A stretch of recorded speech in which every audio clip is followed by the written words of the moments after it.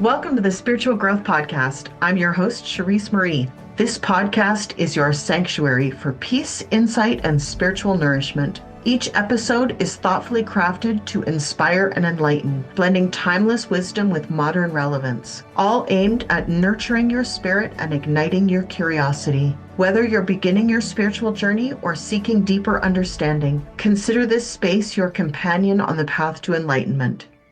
Welcome, everyone, from the Spiritual Growth Forum. Good morning, or if you're watching this on another time band, good afternoon or good evening. Welcome to my talk, Be Human, Raise Badass Humans. What does that even mean? And how does that connect to the Spiritual Growth Forum? So I believe that there are actually two purposes to parenting. And I'm going to start by telling you my story. The day of decision for me came on May 28th, 1998. The sun was shining, the sky was blue, and I was a hot mess in the middle of a parking lot. It had taken me 7 minutes to get my infant and my toddler out of car seats and into an umbrella stroller and a front-facing carrier. And when my son's arm flipped out and his head almost hit the concrete, I knew like one thing for certain.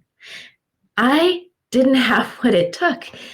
I had spent the last 2.5 years of my daughter's life duct taping things together, reading all the books on parenting, and not being able to figure it out. And that day in 1998, I was broken. I did not know how I was going to make it work. And that's the day I decided to begin my journey to parenting on purpose. Because here's the deal, people. It's not about the books and the knowledge. You can get ChatGPT for that, right? It's like, go to ChatGPT, ask, how do I solve this problem? But how do we become consistent? How do we do the things that we need to do in order to raise the type of children we want? And that's the first part of what I'm going to talk about. Be human. Because I believe that we're all here and you're here in the Spiritual Growth Forum to begin this journey of reclaiming and becoming who we are. And who we are is light. And who we are is the embodiment of source energy in this individualized, localized form. And when we do that, we become who we are meant to be. We become people who are not swayed by the current events of the time, by the scroll in our feed. None of that is touchable except our purpose. And I believe that's when we become badasses ourselves. And to raise badasses, all you got to do is become one yourself. So in today's talk, I'm going to help you to start on your journey. So what I want you to do is to take out, something to take notes on so that you can start thinking about some of the concepts I'm talking about.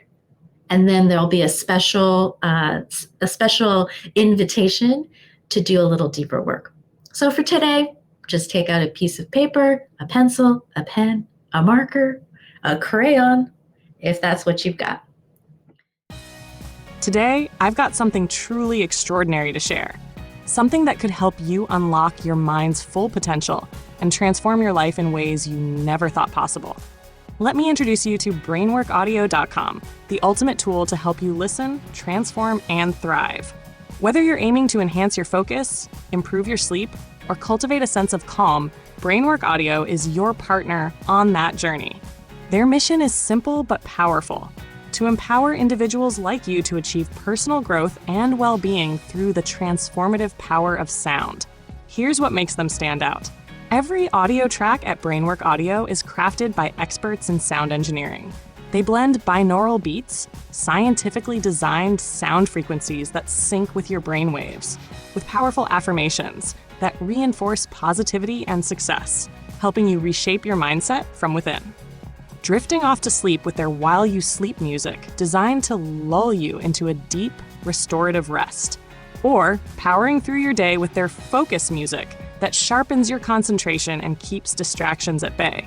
And when it's time to recharge, their meditation music creates the perfect environment for mindfulness and inner peace. But Brainwork Audio doesn't stop there.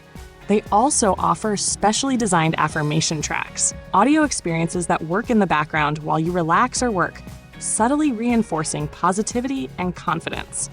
It's personal development, effortlessly woven into your daily life. I've got a special deal just for you. Use promo code SUPERFAN at checkout to save 20% on your first purchase. That's right, 20% off your first step toward a more confident, focused, and peaceful life. So why wait? Head over to brainworkaudio.com today and discover the transformative power of sound. From sleep to focus to mindfulness, they've got the perfect track for every part of your day. Your journey to turn into a better you starts here. Visit brainworkaudio.com and use the code SUPERFAN because you deserve to thrive. Brainwork Audio, listen, transform, thrive.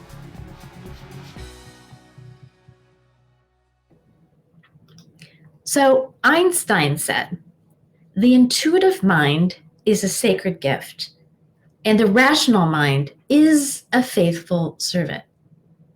What does that mean? And how does that apply to what I'm talking about, to being human, to raising badass humans? 95% of what we do and what we feel is governed by the subconscious. Yes, my friend, you are an iceberg. You've got what people see on the top and these layers and layers and layers below. And all of that stuff is what drives us. It's what drives us. Carl Jung says, until we make the subconscious conscious, we will be ruled by it, and we will call it faith. So if you're ready to start taking control of your fate, you are in the right place. So how does this all happen? If we're born these like spectacular, badass humans, how do we start to dim our light? This is how. As children before the age of 7, we are excellent perceivers and poor interpreters. So I'm going to give you a real life example. When my daughter Sophia, who was clearly and honestly a true badass, when my son was born in 1998, she could perceive that things were off. We had to pay attention to Ben. I had to be more in contact with him. He took a lot more of my energy and time. So she perceived that, and that's what we do. But because she was only 2.5, she didn't have the tools, the knowledge, and also the experience to understand and to interpret that as my mom we have a new baby in our house. Mom and dad are paying attention to the new baby. No. So I perceive that something is off. And because I only have limited experience and I'm very young, everything has to be about me. So if they're not paying attention to me, it's because of something I'm not doing or something I'm not being. And that's an example that you can take. So if you think about all of these kind of beliefs, a lot of times in the spiritual world, we talk about shadow beliefs. What I like to say is these are programs in response to a situation that help us to get through it. So in that situation, if I start to make a belief around perceiving that I'm not getting the attention I want, I can start to believe that I am not worthy, people don't pay attention to me, or things that become power and control, like only when I can control the situation am I powerful. Only when I'm really, really activated negatively do I have power. Only when I fight and scream do I have power. So all of this stuff, these responses that we have naturally that are part of our subconscious are what is being brought forth in our everyday life. And until we start to understand those things, they become the patterns, the programs that we act out of instead of responding to the actual situation. So all of those things that we interpret become unsafe. So in our minds, before the age of 7, we have to categorize things as safe or unsafe, good or bad. And as little people, we make a promise to ourselves to do only the things that will keep us safe. So I want you to know, it is not your fault. The programs, the responses, the patterns that you have are not your fault. But they are yours to investigate, to interrogate, and to heal from. And change is possible. So I am somebody who's had a lot. I've raised my children. Sophia is now 29. Ben is 26. I've had a successful career, but there's been ups and downs. And until I started to understand how these programs and patterns were responses to moments in my life, and we can call them trauma, but I like to say events that caused a response. The response becomes a little t trauma when the response is smaller, and big T trauma if it's repeated over a long period of time or it's really dramatic. So I've had those moments too. And I discovered the work of Nancy Levin about 2 years ago. And that's when I started my journey to life coaching. And part of that is understanding where these shadows come from, where these programs come from, where these patterns and beliefs come from. So what does this have to do with parenting? So here's a quote from Maya Angelou. People won't remember what you say or what you do, but they will remember how you make them feel.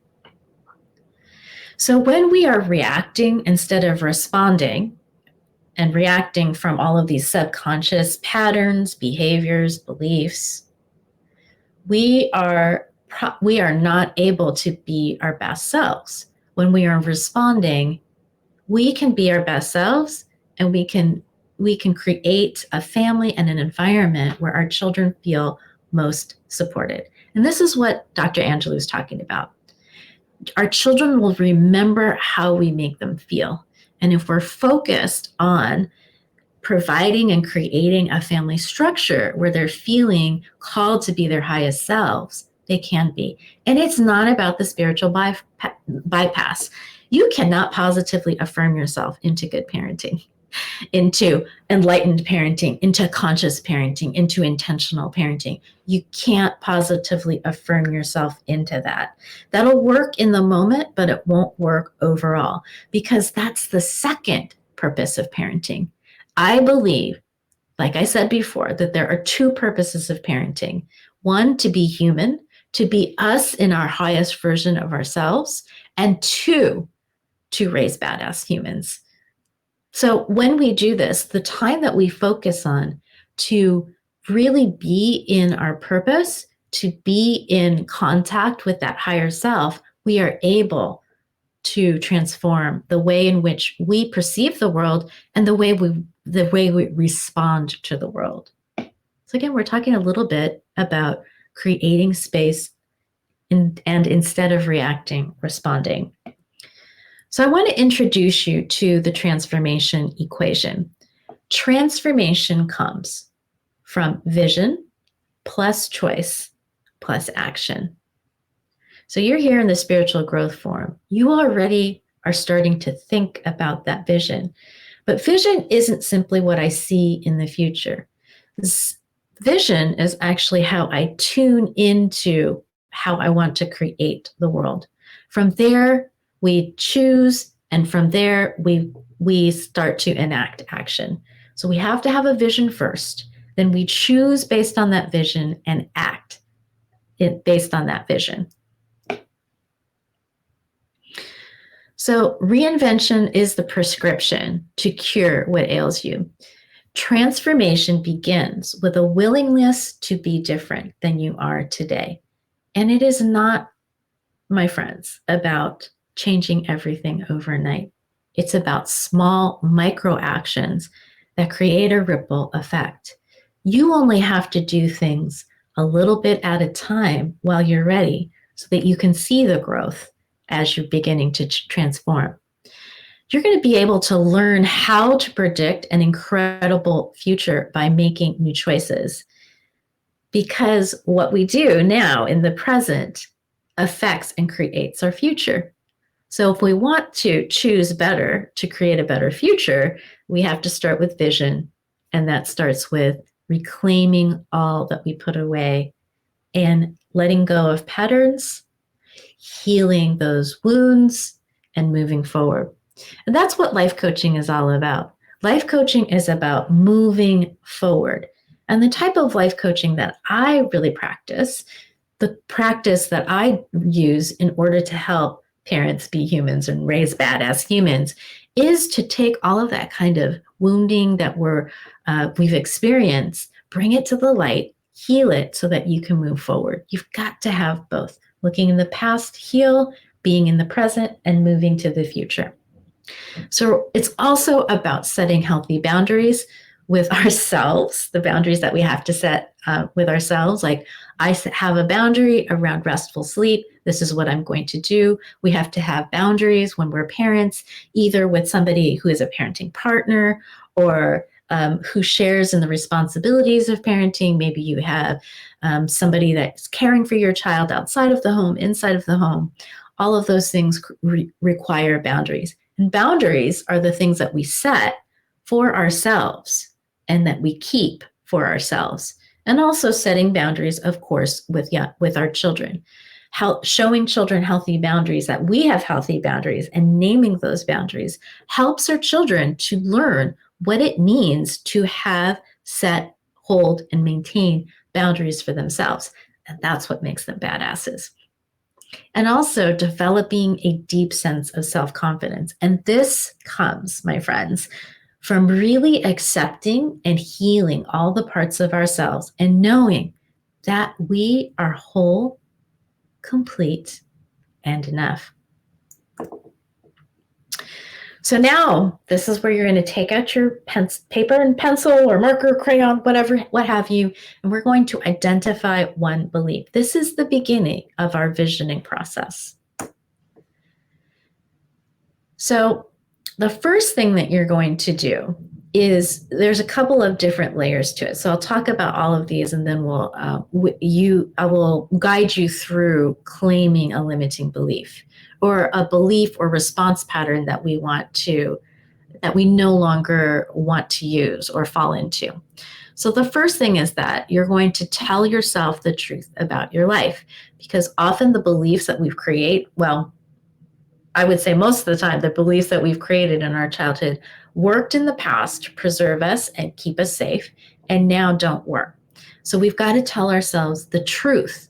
So if I say to myself, I am not worthy, or I don't matter, what is the truth about that? The truth is that through my life, I have been worthy, that people have seen me, and I have felt whole.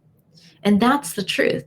I have to update that younger self so that they understand that they no longer need to keep that program running for us.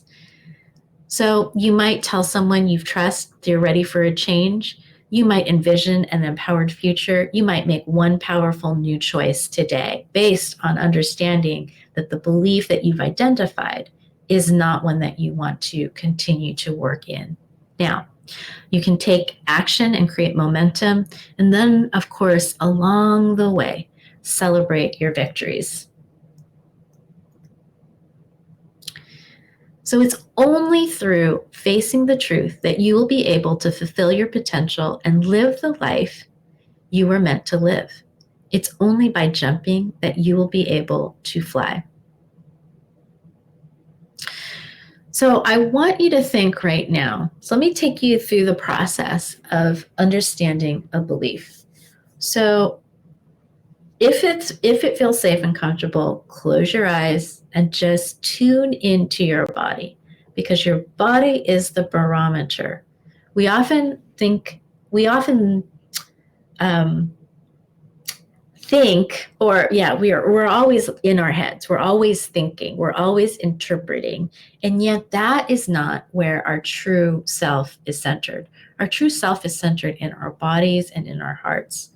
So as you're thinking, keep your eyes closed, maybe have a soft gaze, and think about a belief that you have about yourself. It could be, people don't listen to me. It could also be, if you're thinking about repatterning and choosing a new goal for yourself, things like I'm too old, could be I'm too young, I don't have the degrees, I don't have the skill set, I've never done this before. These are all beliefs that we need to repattern, to heal from. So now as you're thinking about that belief, what I want you to do is just write that belief down, read it out loud. And now that you've read it out loud, how old does that belief feel? Now here's the thing with beliefs. You've got that number. Maybe it's going to be before the age of 7. So 3, 4, 5, 6, 7, 1, maybe 2. So whatever that number is, some of us, when we have this belief, we have an actual memory of an event that happened to us. But that's not necessary, because some people get stuck on like, oh, now I need to do some hypnotic therapy so I can figure out what this moment in time was. You don't actually need to know it. What you do need to know is the age and perhaps what it's about. So if I have this belief and I'm just going to take, I don't have the skills, that's something that could be rooted. So skills is something that we are most aware of as we're 7 or so. So if I don't have the skills, or maybe I'm not smart enough is the thing that you're saying to yourself, what we need to do now is to go back and tell the truth, to say to our 7-year-old selves that, yes, actually, we are smart enough. Here's a way I was smart. So going back in time and updating that 7-year-old part of ourselves of the times that we were smart enough to reach a goal, to set a goal, and to celebrate reaching that goal. So we're going to go through time to do that. Is this a one-time process? Absolutely not. These patterns, no matter, depending on how old you are, have a longevity, and they're patterns and beliefs that we've been using for quite a while. Again, because we need to be safe. And so what we need to do, what we're doing right now, is first identifying the belief and then updating that younger version of ourselves of all of the times that it wasn't true. So if I say I don't have the skills or I'm not smart enough, I've updated my system. And now the last part of that is to identify a new empowering belief. So if I say I'm not smart enough, and I tell myself, update my younger self on the times when I was smart enough, I'm going to think about, what did it take for me to be smart enough to reach a goal? So it took perseverance. Maybe it took studying. Maybe it took mentoring. I'm going to choose, for my example, finding a good mentor. So my new empowering belief that is going to replace the old I'm not smart enough belief will be, I know how to find mentors and support to help me learn new skills. I know how to find mentors and support to help me learn new skills.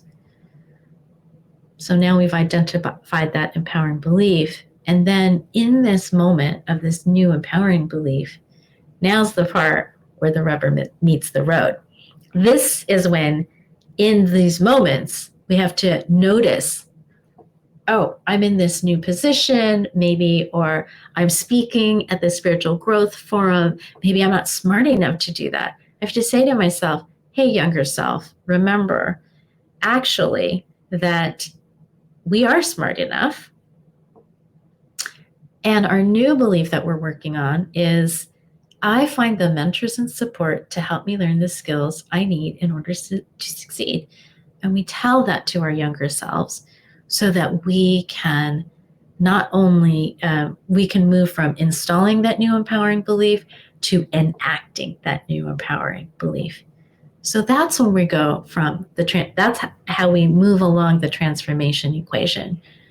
Transformation equals vision, a vision of myself as someone who finds the resources, the mentors, the support to help me when I meet new challenges. I choose to believe that, and then I act from it. I find a mentor. I learn from other people. I use my resources. And this is how we can move forward.